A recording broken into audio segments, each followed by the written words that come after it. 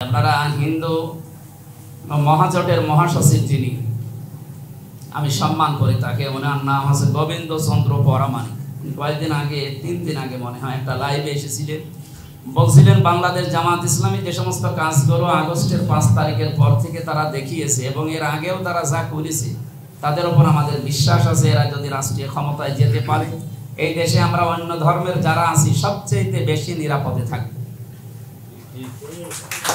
তার এই কথা শোনার পরে আমার মনে হয় তিনি তো, আর আপনারা জানেন উনি মূর্খ মানুষ না, হায়ার এডুকেটেড মানুষ, যারা যে মানুষগুলো শিক্ষিত আছে তার ভেতর উনি একজন, তার আন্দাজে কথা বলার মানুষ না। তা আমরাও এটা দেখাতে চাই ইসলামকে দিয়ে, যদি ইসলামী দেশে আসে, বিশেষ করে জামাত ইসলামী বাংলাদেশ সহ ইসলামী মনা যারা আছে এরা যদি ক্ষমতায় যেতে পারে, আমিরে জামাত ডক্টর শফিকুর রহমান হাফিজাহুল্লাহর ঘোষণা অনুযায়ী এদেশে জন্ম যারা নিয়েছে এদেশের বৈধ নাগরিক তারা। আমরা সংখ্যালঘু সংখ্যাগুরু এই শব্দ যেন উচ্চারণ না করে, সংখ্যালঘু সংখ্যাগুরু বলে কিছু নেই। আমরা মুসলমান 92% এদেশে বাস করে, এই জন্য আমাদেরকে সংখ্যাগুরু বলা হয়। আপনারা অল্প আছেন এই জন্য আপনার সংখ্যাগুরু না, এ দেশে যেই জন্ম নিয়েছে সে দেশের গর্বিত এবং বৈধ নাগরিক। তার যে অধিকারগুলো আছে রাষ্ট্রের, পরিবারের, সমাজের, এগুলো ইসলাম দিয়ে আমরা 100% পালন করার চেষ্টা করব, এই কথা আমরা দিতে পারি ইনশাআল্লাহ। ভয়ের কথা বলবেন, কোনো ভয় নেই। আমাদের নবী মুহাম্মদুর রাসূলুল্লাহ সাল্লাল্লাহু আলাইহি সাল্লাম জানিয়েছেন কোন দেশে যদি সংখ্যালঘু যারা আছে, যে অল্প মানুষ বাস করে অন্য ধর্মে, মুসলমান যদি তাদের কোনো অধিকার নষ্ট করে, কিয়ামতের দিন আমি ওই লোকটার পক্ষ নিয়ে মুসলমানের বিরুদ্ধে আল্লাহর দরবারে মামলা দেব। যদি আল্লাহ তাআলা আমাদেরকে সুযোগ দেয়, রাষ্ট্রীয় যে মৌলিক অধিকার আপনার পাওয়ার কথা সেটা তো থাকবেই। এছাড়া আমরা, আপনারা কুষ্টিয়ার মানুষ হিসাবে, আপনি হিন্দু আমি মুসলমান, এটা বরং নয়, বরং কুষ্টিয়াতে আমরা সবাই ভাই ভাই, এই ভাই ভাই হিসাবে, মানুষ হিসাবে আমাদের পক্ষ থেকে আপনাদের যে কোনো ধরনের সমস্যায় আপনাদের সাথে থাকা, আপনাদের অধিকারের আদায়ের ব্যাপারে আপনাদের সাথে থাকার আমরা দৃঢ়তার সাথে এই কথা বলতে পারি, অঙ্গীকার করছি ইনশাআল্লাহ। সবশেষে আমাদের এই যে আমির হামজা, আগামী দিনে জাতীয় নির্বাচনের আমরা প্রত্যাশা করছি এবং সবার অংশগ্রহণমূলক, সবাই ভোটাধিকার প্রয়োগ করতে পারবে এমন একটি নির্বাচনের প্রত্যাশা করি আমরা। আপনারাও তাই করেন, কারণ 16 বছর আমরা অনেকেই নিজের ভোটটা প্রয়োগ করতে পারি নাই। সেই অংশগ্রহণমূলক নির্বাচনে বিভিন্ন দলের প্রার্থী থাকবে। আমরা আমাদের দলের পক্ষ থেকে একজন প্রার্থী পেশ করেছি কুষ্টিয়া সদর আসনের, এই আসনের জন্য। আপনারা মানুষ হিসাবে আমির হামজাকে চিনেন, জানেন। উনি এখন শুধু বাংলাদেশে না, বলা যায় আন্তর্জাতিকভাবে ইসলামিক স্কলার হিসেবে যতগুলো মানুষ পরিচিত, উনি তাদের মধ্যে অন্যতম একজন। আমরা মনে করি আমাদের কুষ্টিয়ার গৌরব। তো আমি একটা অনুরোধ করব আপনাদের একজন দাদা এনার কাছ থেকে, ভাই বলবো, অমুসলিম ভাই, আমরা অমুসলিম ভাইদেরকে সংখ্যালঘু বলি না, আমরা সংখ্যালঘু বলি না। আপনারা একটা উচ্চারণ করে ফেলেছেন আমরা সংখ্যালঘু। আমি অনুরোধ করব সংখ্যালঘু কথাটা আপনাদের মাথা কিনতে ছেড়ে দেন। আপনাদের অধিকার আপনাদেরকে প্রতিষ্ঠা করার জন্য লড়তে হবে। আপনাদের অধিকার প্রতিষ্ঠা করার জন্য আমরা ইনশাআল্লাহ আপনাদের সঙ্গে আছি। হয়তো বলবেন এতদিন ছিলেন কোথায়, আমার জেলা সেক্রেটারি সাহেব, আপনার জেলা আমির সাহেব আপনাদেরকে সে কৈফিয়ত দিয়েছেন, আমি আর ওই কৈফিয়ত দেব না। আপনাদের কাছে আসতে দেওয়া হয়নি তো। আমার নবী মুহাম্মদ রাসূলুল্লাহ সাল্লাল্লাহু আলাইহি ওয়াসাল্লাম মদিনায় যে ইসলামিক সমাজ ব্যবস্থা কায়েম করেছেন, সেখানে বৌদ্ধ ছিল না, খ্রিস্টান ছিল না, সেখানে ইহুদি ছিল না, সেখানে পদ্ধতি ছিল না, সকলকে নিয়েই তো উনি সেখানে সমাজ ব্যবস্থা ইসলাম কায়েম করেছেন। ইসলাম আসলে আপনাদেরকে ধরে ধরে মুসলমান বানানো হবে তা হয় না। কোন একটা রাজনৈতিক শক্তি নিজেদের স্বার্থ হাসিল করার জন্য, রাজনৈতিক ফায়দা নেওয়ার জন্য আপনাদের আর আমাদের মাঝে একটা প্রাচীর, একটা দেওয়াল তুলে একটা বৈরী মনোভাব তৈরি করে রেখেছিল। আপনারা হিন্দু মানুষ, আমরা জামাত ইসলামী, হায় এই কোনদিন এই এক জায়গায় বসা যায়? এরকম একটা মনোভাব তৈরি করে রাখা হয়েছে। আপনারা হিন্দু, আমরা শুধু মুসলমানই না, খুব কট্টর মুসলমান, এই মানুষগুলো আমার এক কি করে হতে পারে, সম্ভবই না, ওরা তোমাদের শত্রুই হবে, এটাই স্বাভাবিক, এইরকম কিছু চিন্তা ভাবনা আপনাদের ভিতরে দিয়ে আপনারা আমার মাঝে একটা প্রাচীর দাঁড় করে রাখা হয়েছে। নমস্কার, আমি কুমার অধিকারী, পানখাতা রক্ষাকারী কমিটির সভাপতি এবং আমি পানখাতা মাধ্যমিক বিদ্যালয়ের একজন সহকারী শিক্ষক।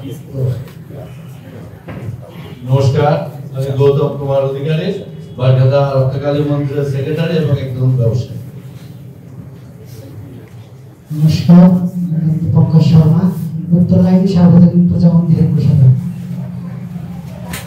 নমস্কার, আমি দীপঙ্কর শর্মা, উত্তর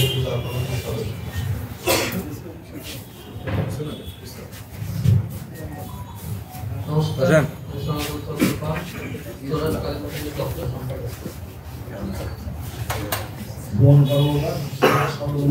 নমস্কার, أعوذ بالله من الشيطان الرجيم بسم الله الرحمن الرحيم ولقد كرمنا بني آدم وحملناهم في البر والبحر ورزقناهم من الطيبات وفضلناهم على كثير ممن خلقنا تفضيلا صدق الله العظيم।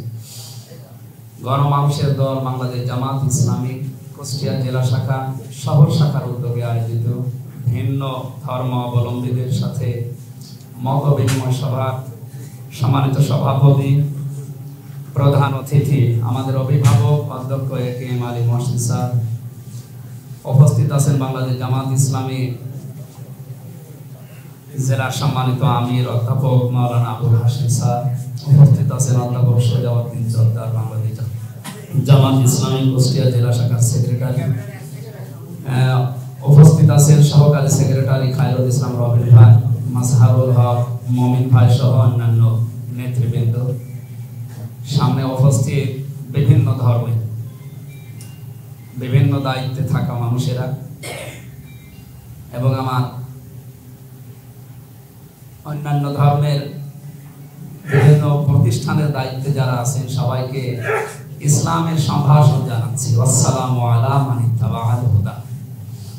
আজকে যে সমস্ত কথাগুলো আমরা মেহমানের কাছ থেকে শুনলাম, যে আশা তারা ব্যক্ত করছেন, বাংলাদেশ জামাত ইসলামীর শ্রদ্ধাভাজন আমিরে জামাত এই কথাগুলো অনেক আগে থেকে বলে আসতেছে। আর ইসলাম আমাদেরকে এইটাই শিক্ষা দেয়, পৃথিবীতে যত ধর্ম আছে আমরা জানি প্রায় ৪৫০০০-এর উপরে ধর্ম আছে দুনিয়া। প্রত্যেক ধর্মের আসল কথা মানবতার সেবা, ইসলামেরও আসল কথা মানবতার সেবা। আমরা বিভিন্ন ধর্ম মানতে পারি, কিন্তু আমরা সবাই মানব সন্তান। আমার কোরআনে কারীম থেকে সূরা বানী ইসরাঈলের ৭০ নম্বর আয়াতটা আমরা একটু তেলাওয়াত করলাম। আমাদের মালিক যিনি, উনি যেহেতু আল্লাহ শব্দটা উচ্চারণ করলেন, সবাই কিন্তু এইটাই বলে। আমি ছোটবেলায় যখন বরিশালে পড়তাম, ওই সময় ব্রিজ ছিল না, লঞ্চে নৌকা এভাবে যাওয়া লাগতো। কিছু দূর যাওয়ার পরে ঝড় উঠছে। আমরা যারা মুসলিম আছি তারা তো লা ইলাহা ইল্লা আনতা সুবহানাকা ইন্নী কুনতু মিনাজ জালিমিন বা লা ইলাহা ইল্লাল্লাহু মুহাম্মাদুর রাসূলুল্লাহ এগুলো পড়ছি, বা ইন্না লিল্লাহি ওয়া ইন্না ইলাইহি রাজিউন, লা হাওলা ওয়ালা কুওয়াতা, এই সমস্ত তেলাওয়াত পড়ছিলাম। আমার পাশে যিনি বসা ছিলেন হিন্দু এক দাদা আর দাদি, ওনাদের তো আপনাদের চেহারা দেখলে আমরা বুঝি যে আপনারা অন্য ধর্মের। ওনারা দেখছি একজন বলছে লা ইলাহা ইল্লাল্লাহ। আমি ওনারে বললাম, দাদা আপনি মুসলমান হয়েছে? বলছে না, কালেমা পড়বে। বলছে এখন কালেমা ছাড়াও উপায় নেই, কারণ যে ঝড় উঠছে এখন কালেমা লাগবে, আপনি জোরে জোরে পড়েন। তার মানে উনি আপনার আল্লাহ বলা দেখে আমি বুঝেছি আমাদের ভেতরে অন্তত যে সেই ধর্মেই পারিবারিক কারণে, সামাজিক কারণে, রাষ্ট্রীয় কারণে, দুনিয়ার কারণে আমরা মানি, ভেতরে আমাদের একজন আছে মহান সৃষ্টিকর্তা যিনি। আল্লাহ ওই কথাটা আজকের আমার এই তেলাওয়াতকৃত আয়াতের ভেতরে জানিয়েছেন, ওয়ালাকাদ কাররামনা বানি আদম, অবশ্যই আমি বনি আদম সন্তানকে সম্মান দিয়েছি। আল্লাহ কোরআনে জানান নিয়ে কথা আছে, আমি মুসলমানদেরকে সম্মান দিয়েছি না, কোরআনে কোনো জায়গায় কথা নেই। কোরআনে আছে ওয়ালাকাদ কাররামনা বানি আদম, আমি বনি আদম সন্তানকে সম্মান দিয়েছি। সুতরাং আমরা যাই হোক, আমরা বনি আদম সন্তান, এক আদম থেকে আমরা দুনিয়াতে এসেছি। কারণ আমাদের সম্মান যেহেতু আল্লাহ দিয়েছে, আমরা যে যে ধর্মে আছি আমাদের সম্মানটা তার নিজ জায়গায় যেন ঠিক থাকে, এই ব্যবস্থা রাষ্ট্রের পক্ষ থেকে ওনারা 5টা দাবি করছে। আসলে এটা মানুষের জন্য এটা মৌলিক চাহিদা। কোরআনে হাদিসে বিভিন্ন ধর্মের মূল গ্রন্থ যেটা, এই সমস্ত জায়গায় এই কথাগুলো আছে। আমাদের আদি পিতা যিনি হযরত আদম আলাইহিস সালাম, আমরা মুসলিমরা যাকে আদি পিতা বলে ঘোষণা দিয়েছি বা জানি, উনি যেদিন পৃথিবীতে নেমে আসে ওই দিন আল্লাহ তাকে জানিয়েছিলেন ফাইম্মা ইয়াতিয়ান্নাকুম মিন্নি হুদা ফামান তাবিয়া হুদায়া ফালা খাউফুন আলাইহিম ওয়ালা হুম ইয়াহজানুন। তোমাদেরকে পাঠিয়ে দিলাম দুনিয়ায়, যুগে যুগে তোমাদের কাছে আমার হেদায়েত যাবে, আমার পক্ষ থেকে কিতাব যাবে, পথ নির্দেশিকা যাবে। যারা মেনে চলবে, অনুসরণ করবে, ওই জামানায়, ওই দেশে, ওই জায়গায় কোনো ভয় থাকবে না, চিন্তা থাকবে না। আমরা তাফসীরের বা ব্যাখ্যা গ্রন্থে পড়েছি যে কিসের ভয়, কিসের চিন্তা। এই যে ভয়গুলো আমরা পাই, চুরির ভয়, ডাকাতির ভয়, ছিনতাইয়ের ভয়, সাদাবাজির ভয়, এবং মৌলিক যে 5টা চাহিদা আছে আমাদের জীবনের, এই ভয়গুলো আমাদের জীবনে যেন না থাকে। আমরা সেই বাস্তবতার দিকে এগিয়ে যেতে চাই। আপনারা হিন্দু মহাজোটের মহাসচিব যিনি, আমি সম্মান করি তাকে, ওনার নাম আছে গোবিন্দ চন্দ্র পরামানিক। কয়েকদিন আগে, 3 দিন আগে মনে হয়, একটা লাইভে এসেছিলেন, বলছিলেন বাংলাদেশ জামাত ইসলামী যে সমস্ত কাজগুলো আগস্টের 5 তারিখের পর থেকে তারা দেখিয়েছে এবং এর আগেও তারা যা করেছে তাদের উপর আমাদের বিশ্বাস আছে, এরা যদি রাষ্ট্রীয় ক্ষমতায় যেতে পারে এই দেশে আমরা অন্য ধর্মের যারা আছি সবচেয়ে বেশি নিরাপদে থাকবে। তার এই কথা শোনার পরে আমার মনে হয়, কিন্তু আর আপনারা জানেন উনি মূর্খ মানুষ না, হায়ার এডুকেটেড মানুষ, যারা যে মানুষগুলো শিক্ষিত আছে তার ভেতর উনি একজন, তখন আন্দাজে কথা বলার মানুষ না। তা আমরাও এটা দেখাতে চাই ইসলামকে দিয়ে, যদি ইসলামী দেশে আসে, বিশেষ করে জামাত ইসলামী বাংলাদেশ সহ ইসলামী মনা যারা আছে এরা যদি ক্ষমতায় যেতে পারে, আমিরে জামাত ডক্টর শফিকুর রহমান হাফিজাহুল্লাহর ঘোষণা অনুযায়ী এদেশে জন্ম যারা নিয়েছে এদেশের বৈধ নাগরিক তারা। আমরা সংখ্যালঘু, সংখ্যাগুরু এই শব্দ যেন উচ্চারণ না করি। সংখ্যালঘু, সংখ্যাগুরু বলে কিছু নেই। আমরা মুসলমান 92% দেশে বাস করে, এই জন্য আমাদেরকে সংখ্যাগুরু বলা হয়। আপনারা অল্প আছেন এই জন্য আপনার সংখ্যাগুরু না। এ দেশে যেই জন্ম নিয়েছে সে দেশের গর্বিত এবং বৈধ নাগরিক। তার যে অধিকারগুলো আছে রাষ্ট্রের, পরিবারের, সমাজের, এগুলো ইসলাম দিয়ে আমরা 100% পালন করার চেষ্টা করবো। এই কথা আমরা দিতে পারি ইনশাআল্লাহ। ভয়ের কথা বলবেন, কোনো ভয় নেই। আমাদের নবী মুহাম্মদুর রাসূলুল্লাহ সাল্লাল্লাহু আলাইহি সাল্লাম জানিয়েছেন, কোন দেশে যদি সংখ্যালঘু যারা আছে, যে অল্প মানুষ বাস করে অন্য ধর্মে, মুসলমান যদি তাদের কোনো অধিকার নষ্ট করে, কিয়ামতের দিন আমি ওই লোকটার পক্ষ নিয়ে মুসলমানের বিরুদ্ধে আল্লাহর দরবারে মামলা দেব। এই কথা কত গুরুত্ব বহন করে আপনারা টের পেয়েছেন। আমরা নবীজির এই কথাকে পুঙ্খানুপুঙ্খানু মেনে চলার চেষ্টা করব আগামীতে। আল্লাহ বলেন, আমি তোমাদেরকে শুধু সম্মান দিয়েই মানুষ হিসাবে শেষ করে দেই। হামালনাহুম ফিল বাররি ওয়াল বাহর, জলে স্থলে চলার জন্য যত বাহন আছে সব বাহনের ব্যবস্থা আমি আল্লাহ করেছি। এখানে বাহনের তাফসিরে আমরা বহু জিনিসের নাম পেয়েছি, জলে আছে, স্থলে আছে। ওয়ারাযাকনাহুম মিনাত তাইয়্যিবাত, তোমাদেরকে আমি হালাল রিজিকের ব্যবস্থা করেছি। সুতরাং আমাদের দল, মত, জাতি, বর্ণ, ধর্ম নির্বিশেষে আগামীতে এই দেশে আমরা যারা বসবাস করতে চাই, আমাদের রিজিক যেন পাক পবিত্র থাকে, হালাল থাকে। আর অবৈধভাবে মানুষের মারিন কাটিং করা, সাদাবাজি করা, ছিনতাই করা, মানুষকে ফাঁকি দেওয়া, এই রিজিকগুলো পাক থাকে না, হালাল থাকে না। এরপরে ফাদ্দালনাহুম আলা কাসীরিম মিম্মান খালাকনা তাফদীলা, পৃথিবীর বহু সৃষ্টির উপরে তোমাদের মর্যাদা আমি আল্লাহ দিয়েছি। এই মর্যাদা মানুষ হিসাবে আমরা যেন ঠিক রাখতে পারি। মানব কল্যাণে আমাদের জীবন যেন উৎসর্গ হয়। আল্লাহ কবুল করুন, আমিন। আসসালামু আলাইকুম ওয়া রাহমাতুল্লাহ। ভিন্ন ধর্মাবলম্বীদেরকে নিয়ে আজকের এই মতবিনিময় সভার সম্মানিত সভাপতি, সম্মানিত প্রধান অতিথি, বিশেষ অতিথিবৃন্দ এবং আজকের আমার সামনে বসা সম্মানিত আমন্ত্রিত অতিথিবৃন্দ, সবাইকে আমার দলের পক্ষ থেকে আন্তরিক শুভেচ্ছা, অভিনন্দন, শুভ সন্ধ্যা। এতক্ষণ আপনাদের কাছ থেকে আমরা কিছু কথা শুনেছি, আমাদের অন্যান্য নেতৃবৃন্দ কিছু কথা বলেছেন। খুব সংক্ষেপে যে কথাটি আমি আপনাদের সঙ্গে বলতে চাই, সম্মানিত ভাইরা, প্রথম কথা হলো, এখানে আমরা যারা আছি এবং আমাদের বাইরে যারা এই দেশে অবস্থান করেন, বাংলাদেশের আমরা সবাই নাগরিক। এই দেশের নাগরিক অধিকার হিসাবে আপনার যতটুকু পাওনা, আমারও ঠিক ততটুকুই পাওনা। রাষ্ট্রের দায়িত্ব আপনার আমার অধিকারটুকু দিয়ে দেওয়া। দুর্ভাগ্যজনক হলেও সত্য, আমরা বহুবার বহু সরকারের সময়টা দেখেছি, ধর্মীয় কারণে, রাজনৈতিক কারণে এদেশের মানুষের নানাভাবে অধিকার হরণ করা হয়েছে। যে আশঙ্কাটি আপনারা করছেন, সেটি বিগত 16টি বছর আমরা হাড়ে হাড়ে উপলব্ধি করেছি।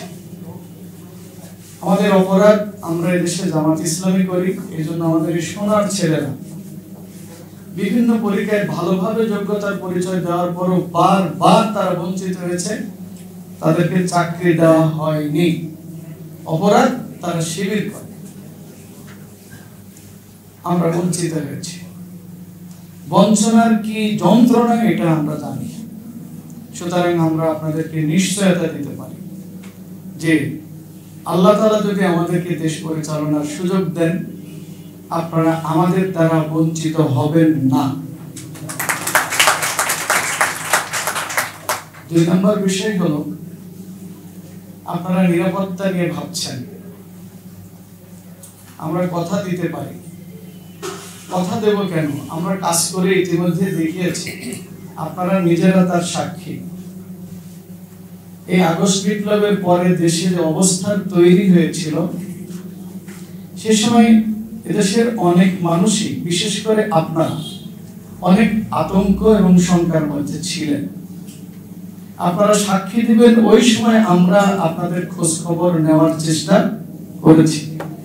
শুধু খোঁজ খবরই না, রাত জেগে বড় বাজারে দোকান পাহারা আমরা আপনাদের সাথে দিয়েছি। এখানে সাক্ষী দেওয়ার মতো কেউ নাই? আমার প্রিন্সিপাল স্যার সাক্ষী দেবেন, হরিনারায়ণপুর একটা পাড়া আপনাদের। আমার কাছে খবর এলো যে আমাদের মতো কোন একজন মানুষ সেখানে হুমকির কারণ, আমরা সাথে সাথে লোক পাঠাইনি, শুধু রাত জেগে ওই পাড়া আমরা পাহারা দিয়েছি যাতে আপনাদের কোনো ক্ষতি না হয়। এটি তো গেল ইদানিং কালের কথা।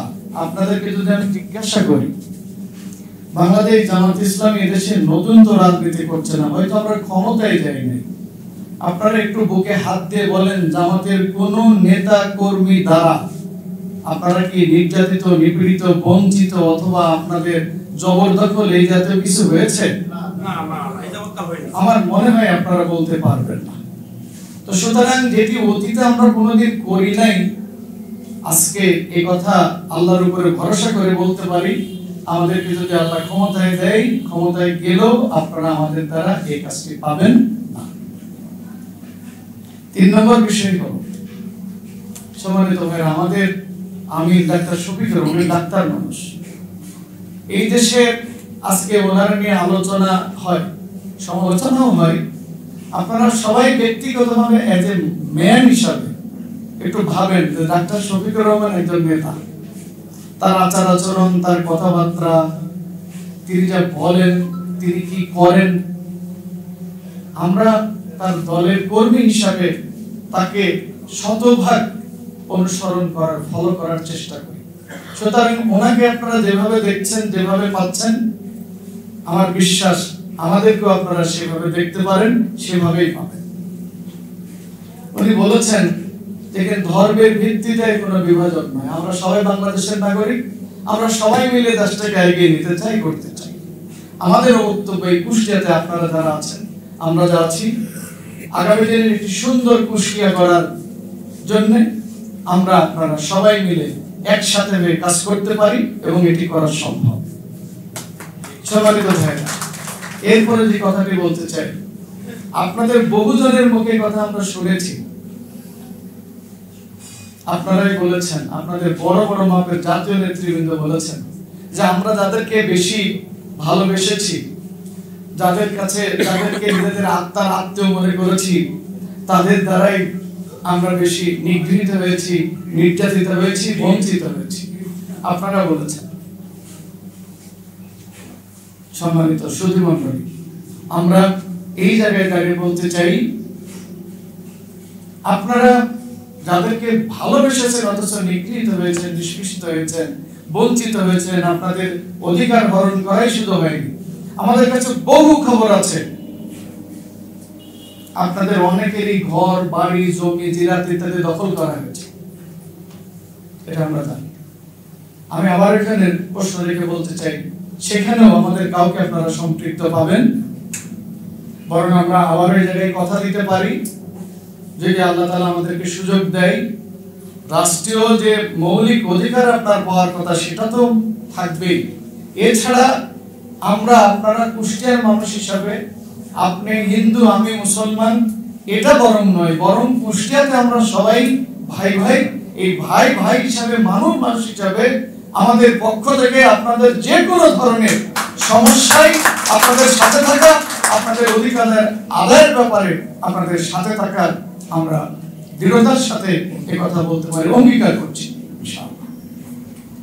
সবশেষে আমাদের এই যে আমির হামজা, আগামী দিনে জাতীয় নির্বাচনের আমরা প্রত্যাশা করছি এবং সবার অংশগ্রহণমূলক, সবাই ভোটাধিকার প্রয়োগ করতে পাবে এমন একটি নির্বাচনের প্রত্যাশা করি আমরা, আপনারাও তাই করেন। কারণ 16 বছর আমরা অনেকেই নিজের ভোটটা প্রয়োগ করতে পারি নাই। সেই অংশগ্রহণমূলক নির্বাচনে বিভিন্ন দলের প্রার্থী থাকবে। আমরা আমাদের দলের পক্ষ থেকে একজন প্রার্থী পেশ করেছি কুষ্টিয়া সদর আসনের, এই আসনের জন্য। আপনারা মানুষ হিসাবে আমির হামজাকে চিনেন, জানেন। উনি এখন শুধু বাংলাদেশে না, বলা যায় আন্তর্জাতিকভাবে ইসলামিক স্কলার হিসেবে যতগুলো মানুষ পরিচিত, উনি তাদের মধ্যে অন্যতম একজন। আমরা মনে করি আমাদের কুষ্টিয়ার গৌরব, আমাদের অহংকার, সেই মানুষটিকে আমরা কুষ্টিয়ার এই 3 আসনের জন্য পেশ করেছি। যদি আপনারা মনে করেন, যদি আপনাদের ভালো লাগে যে এই সৎ মানুষটি একজন আলেম, ধর্মীয় আলেম, সেই মানুষটিকে আপনারা সহযোগিতা করবেন, ভোট দিবেন, এমপি বানাবেন, তাহলে সেটি আপনাদের দায়িত্ব। আমরা এই কথা বলবো না যে আপনারা ওনার জন্য কাজ করেন, ওনারে ভোট দেন। আমি মনে করি যদি আপনাদের ভালো লাগে, পছন্দ হয়, মনোভূত হয় এবং যদি বিশ্বাস করেন এই লোকটির দ্বারা আপনাদের নির্বাচিত হলে ক্ষতি হওয়ার কোনো সম্ভাবনা নাই, তাহলে অবশ্যই আপনারা তাকে সহযোগিতা করতে পারেন। বিষয়টি আপনাদের। সবশেষ কথা হলো, সম্মানিত ভাই, আমরা আপনাদেরকে আজকে ডেকে একটি জিনিস প্রমাণ করতে চাচ্ছি। দীর্ঘদিন এদেশের আপনাদের আর আমাদের মাঝে একটা বাধার প্রাচীর, একটা দেওয়াল তৈরি করে রাখা হয়েছে। কোন একটা রাজনৈতিক শক্তি, আমার মানে এই ধারণা ভুল হবে কিনা সেটা আপনারা বিচার করবেন, তবে আমার কাছে মনে হয়েছে কোন একটা রাজনৈতিক শক্তি নিজেদের স্বার্থ হাসিল করার জন্য, রাজনৈতিক ফায়দা নেওয়ার জন্য আপনাদের আর আমাদের মাঝে একটা প্রাচীর, একটা দেওয়াল তুলে একটা বৈরী মনোভাব তৈরি করে রেখেছিল। আপনারা হিন্দু মানুষ, আমরা জামাত ইসলামী করি, হায় এই কোনদিন এই এক জায়গায় বসা যায়, এরকম একটা মনোভাব তৈরি করে রাখা হয়েছে। আপনারা হিন্দু, আমরা শুধু মুসলমানই না, খুব কট্টর মুসলমান, এই মানুষগুলো আবার এক কি করে হতে পারে, সম্ভবই না, ওরা তোমাদের শত্রুই হবে, এটাই স্বাভাবিক। এইরকম কিছু চিন্তা ভাবনা আপনাদের ভিতরে দিয়ে আপনারা আমার মাঝে একটা প্রাচীর দাঁড় করিয়ে রাখা হয়েছিল।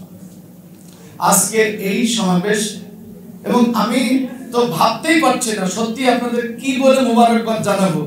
এই একটা প্রতিকূল আবহাওয়া, আমি আমার পৌরসভা আমিরের সঙ্গে কথা বললাম, তুমি তো ডাকলে, আর আজকের যে আবহাওয়া, দাদাদের তো আসতে অনেক কষ্ট হবে, মনে হয় সবাই আসতে নাও পারে, আমি সেটাই ধারণা করেছিলাম। কিন্তু আপনারা আজকে যেভাবে আমাদের প্রত্যাশা অনুযায়ী এখানে উপস্থিত হয়েছেন, আপনাদের উপস্থিতিও আমার কাছে এটা মনে হচ্ছে যেন এই যে একটা বাধার প্রাচীর যেটা ছিল, এটা মনে হয় ইতিমধ্যে দূরীভূত হয়েছে। আমরা আর কেউ আপনাদের আমাদের মাঝে ধরেন প্রাচীর তুলে রাজনৈতিক ফায়দা যাতে নিতে না পারে, আমি আপনাদেরকে এই ব্যাপারে বিনয়ের সাথে অনুরোধ করব, বিষয়টি আপনারা বিবেচনায় রাখবেন। যদি আমরা এই কুষ্টিয়ার কল্যাণে, এই দেশের কল্যাণে, মানবতার কল্যাণে হিন্দু মুসলিম ভাই ভাই একসাথে হয়ে কাজ করতে পারি, তাহলে দেশ জাতির উন্নয়ন হবে। যদি দেশ জাতির উন্নয়ন হয়, তাহলে আপনারও উন্নয়ন, আমার উন্নয়ন। আমরা এটাই প্রিয় ভাইরা, সম্মানিত সুধী মণ্ডলী, তাই আসুন আজকের এই মতবিনিময় সভা থেকে আমরা একটি মেসেজ দিতে চাই, আমরা সবাই বাংলাদেশের নাগরিক হিসাবে অধিকার আপনার আমার সমান, দেশ গড়ার ক্ষেত্রে অবদান রাখার ক্ষেত্রেও আপনার আমার অবদান সমানই হবে, এই প্রত্যাশা আমরা ব্যক্ত করছি। সবাইকে আবারও আন্তরিক শুভেচ্ছা, অভিনন্দন এবং ধন্যবাদ জানিয়ে আগামী দিনে আবারও দেখা হবে, ডাকলে পাবো, এই প্রত্যাশা রেখেই কথা শেষ করছি। ধন্যবাদ। আমার সামনে অমুসলিম ভাইরা, আমি প্রথমেই আমার অন্তর থেকে, অন্তরের অন্তঃস্থল থেকে আমার আপনাদের প্রতি কৃতজ্ঞতা, আপনাদের প্রতি শুভেচ্ছা, ধন্যবাদ। আমাদের অন্তরের এই শুভেচ্ছা ধন্যবাদটুকু আপনারা